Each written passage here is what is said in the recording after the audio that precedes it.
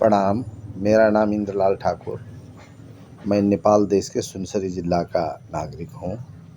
मैं आज मित्र राष्ट्र भारत के विद्वान लोग, नागरिक लोग जो विशिष्ट श्रेणी के हैं, जो नेपाल सरकार के वर्तमान वस्तु स्थिति के बारे में उत्कृष्ट बोल रहे हैं, अच्छे बोल रहे हैं और पक्षपात नहीं कर रहे हैं।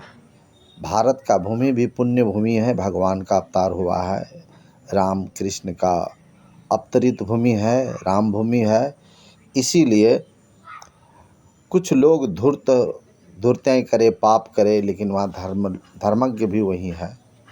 इसीलिए कंस भी वहीं जन्मते हैं, कृष्ण भी वहीं जन्मते हैं।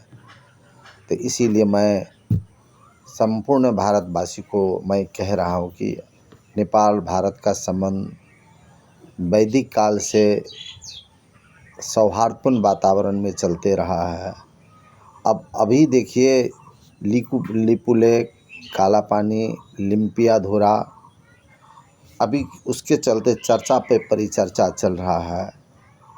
जबकि वो 1962 में नेपाल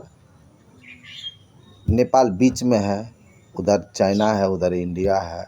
दोनों देश के बीच में युद्ध हुआ, बहुत संघर्षमय हुआ, बहुत क्षति हुआ, जिसमें भारत का पराजय हुआ।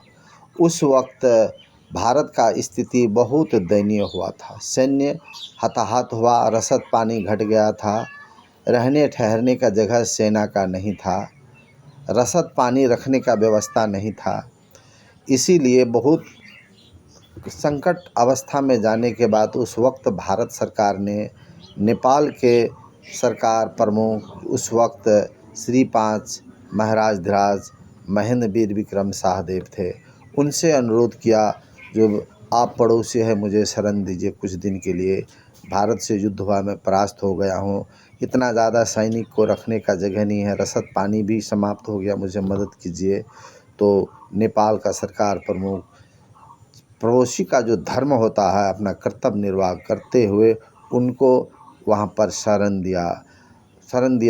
अब वही लिपुलेख, लिम्पियाधुरा, काला पानी, अब देखिए, अब जो सरकार ने दिया, जो देश में दिया, अब वो देश का क्षेत्रफल भूभाग कम हो या बड़ा हो, वो देश है, लेकिन छोटा भी है। उसने धर्म के मामले में बहुत उच्च स्तर का काम किया। जो भारत को शरण दिया है, मदद किया है, जो ज़मीन कुछ दिनों के लिए उनका सैनिक को रहने के लिए दिया, अब उस ज़मीन अब कहने लगे ये मेरा ही ज़मीन है। इतने गांव घर में कोई छोटे बुद्धि वाले लोग जिसके पास नैतिकता न हो, धर्म न हो, कुछ दिन के लिए दे दिया तो ये मेरा ही होगा, हम नहीं जानते, तुम्हारा नहीं है, मैं नहीं दूंगा, क्या करोगे, मैं तुमसे मजबूत ही। ये गांव घर के थाना में, पंचायती में ऐसा बात होता है। तो मोदी जी, मैं आपसे कह रहा हूँ, नीतीश कुमार जी, आप उत्तर प्रदेश के आप मुख्यमंत्री हैं, आप होने वाले प्रधानमंत्री हैं, अभी वर्तमान समय में मोदी जी हैं।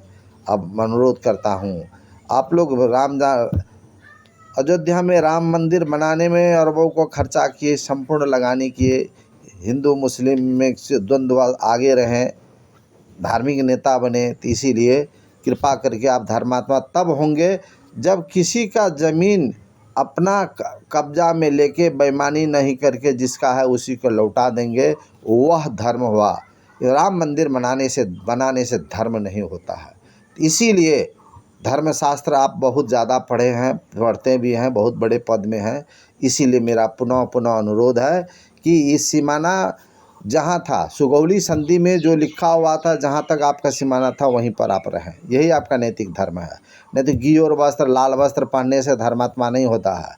वो पहन लीजिएगा, किसी का ज़मीन में कब्जा कर लीजिएगा, धकेल दीजिएगा, सेना का पिलर ठेल के नेपाल की तरफ धकेल देने से वो धर्मात्मा नहीं होता है। तो कृपा करके जो जितना आपका भारत का सीमाना था सुगौली के संधि में, वो हो, उसी में आप संतुष्ट करें। इसीलिए मैं ये पुनः अनुरोध कर रहा हूँ। इसलिए मैं सम्माननीय प्रधानमंत्री जी, आपको नमस्कार विदा चाहता हूँ। और सभी लोगों को, जो भी लोगों को अच्छे लगे अच्छे कहिएगा, नहीं लगा नहीं कहिएगा। आदरणीय नेपाली दाजुभाइ हरूलाई पनि यो कुरा राम्रो लागे, कमेन्टमा बताउनु होला। धन्यवाद।